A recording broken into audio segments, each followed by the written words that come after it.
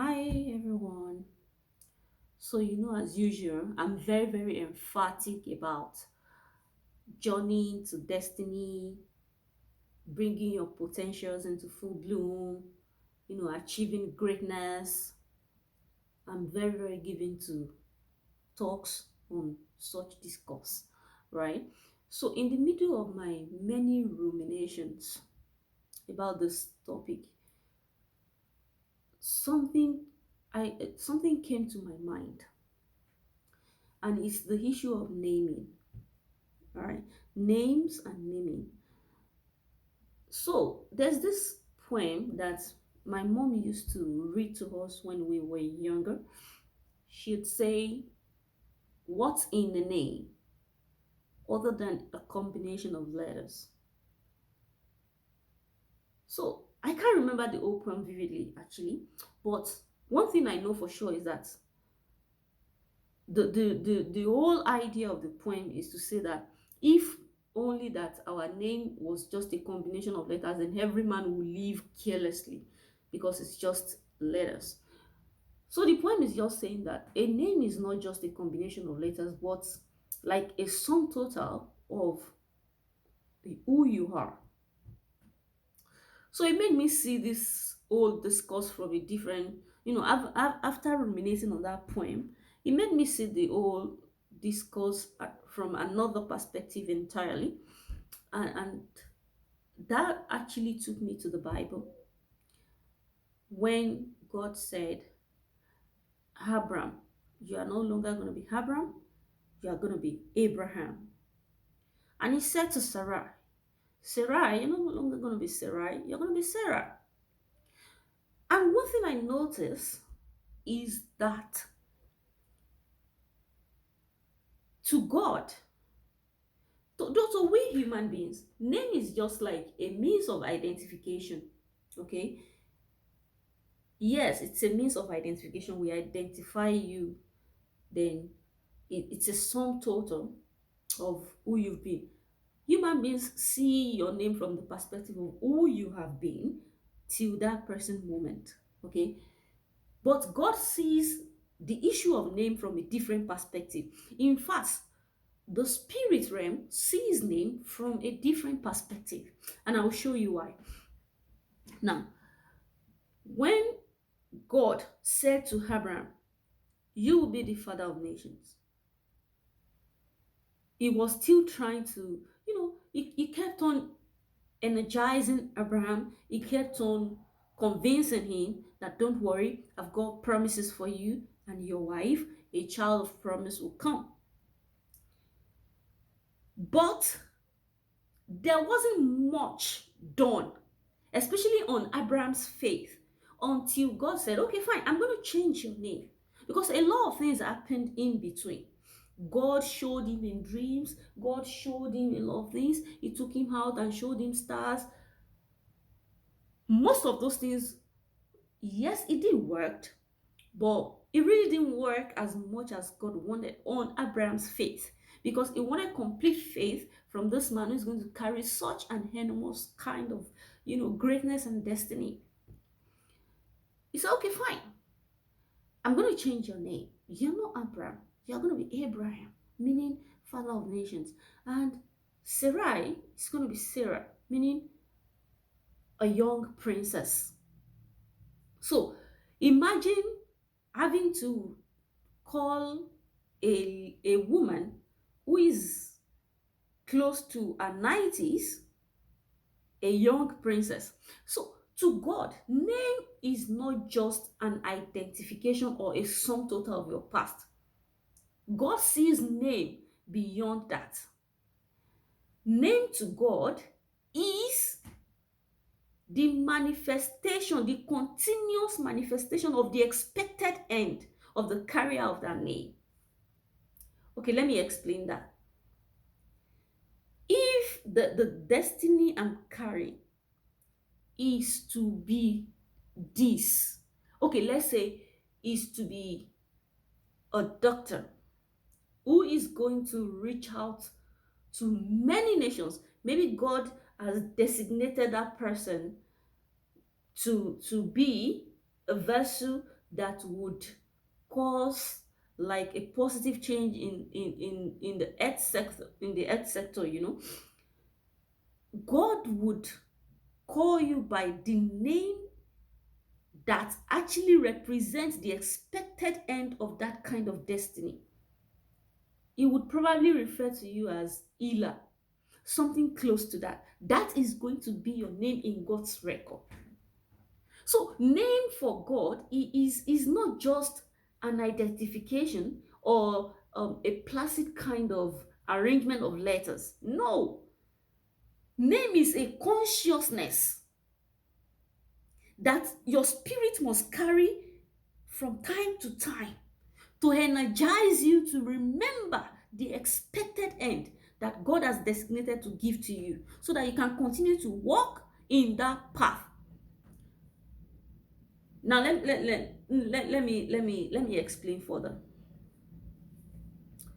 When Jacob robbed Esau, yes, it is true that prophecy had gone out and God had told Rebecca that fine, you're gonna have two sons, but the younger one will rule over the elder. There has been a prophecy, but that prophecy, God is not a God of fraud. No, that prophecy was meant to come by God's own arrangement, not not Jacob's fraudulent way. No, it wasn't meant to come fraudulently. So when Jacob cheated Esau out of that birthright, he already lost that covenant with God. That was why there was a need for a renewal at Bethel. And when the angel was to talk to Jacob after they fought, and okay, he resolved that, okay, fine, I'm going to bless you. The first fault he found in Jacob was his name, or probably the only fault, because that name was already carrying a curse of a fraudster, which cannot go hand in hand. It can't go pari passu with the covenant of God for someone who is to be the foundational father of the dynasty of the Messiah. So those two covenants cannot go hand in hand. So the only fault the angel found in Jacob was his name. Say, okay, fine. This name already carries something that is wrong. We have to take it out.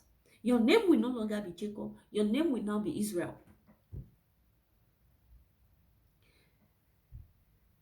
That apart. So this is to tell us that name is not just what they call you for identification. The consciousness you live on daily basis is your name. So if your consciousness on daily basis is that I'm a winner, your name is winner in God's book, and that's how he's going to deal with you. If the consciousness you live with on daily basis is that you are losing, you are a loser, that is going to be your name in God's book. Name is not just, to God, name is not it's not an identification. It's a consistent consciousness that you manifest on daily basis. That's the name you carry. That's your name. So he left the issue of Jacob. He said, no, there's a fault already with your name. You are no longer going to be Jacob. You are going to be Israel. So that was like a complete renewal. So it is the change of that name, because that name, something is already hanging on it. So it is the change of that name that would allow for a renewal or a rebirth of the covenant that is needed to bring the Messiah into that dynasty, which was what actually occurred at Bethel. Now, let me also put this out, that whatever you exhibit, if it is anger you exhibit, your name is anger. So name is beyond what we answer for identification. That's not name. That's just passive. The real active name you carry is what you exhibit on daily basis from time to time. The issue of name is very, very, very, very, very, is very, very deep. It's so deep. It's deeper than what we think. Now, let's look at, I want to draw a balance. I actually want to draw a balance between these things. Okay, so that's the part of manifestation. Let's look at how damnation can occur as a result of names. Now, I'm going to start with Benjamin, because according to the record of the Bible, that was the first person who was named as a result of trauma. And I'll explain. So Rachel was going to die at the point of childbirth. So she had so much pain. But instead of her to use her last breath, because you know you're gonna die eventually, you know you definitely would die. You're gonna die either ways. But instead of using her last breath to bless that child, you know what she did? She looked at the child and said, "Your name will be child of trouble, Benoni."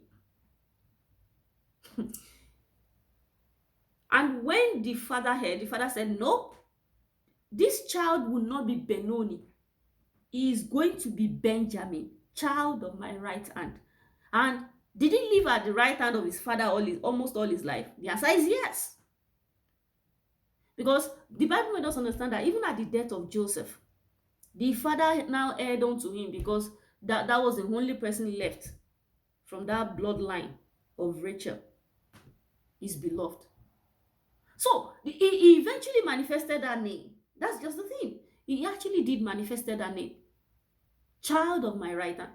And the funny thing is, if the father had allowed him to continue with that name Benoni, he could also have manifested it, giving everyone in that family trouble.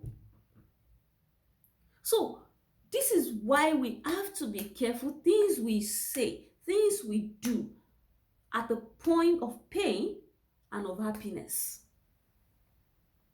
and of anger. When the emotion is not balanced, we must be careful of the things we say, because there's a realm of the spirit where words don't just fall to the ground for fun. It must come to manifest. And if God help you, you are operating in that realm at that point.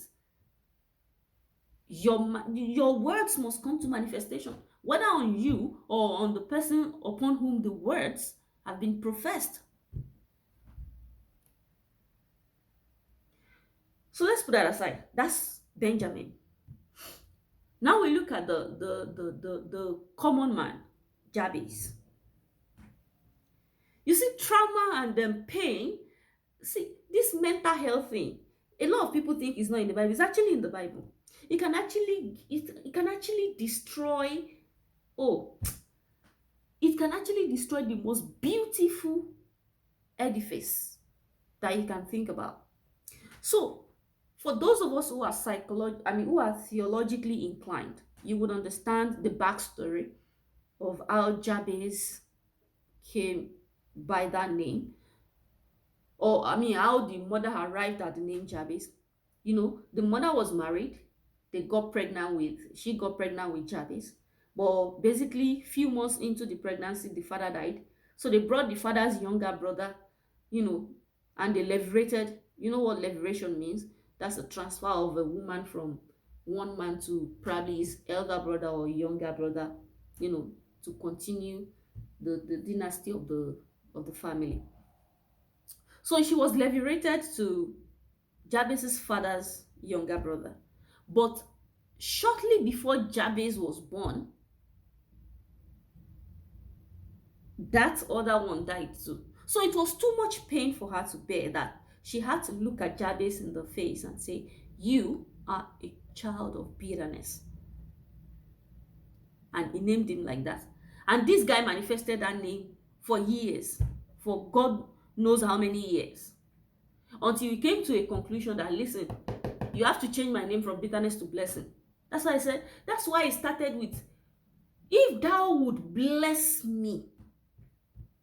So something must counter that name. A superior manifestation must come. For there to be a turn of event, a superior manifestation must come. So the same thing happens. So, but there's a guy in the Bible that we don't even really give much credence to. That's Ichabod.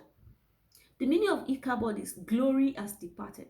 So Ichabod is the son that was birthed when Phineas and Ophni died in war. Those are the sons of Eleazar. So when the news of the death of the husband and his brother and the death of the father-in-law came to this woman, she gave birth prematurely and had Ichabod and said, "Your name will be glory has departed." Funny enough, that was the last we heard of that guy. No glory, no credence, nothing. Nothing after that naming.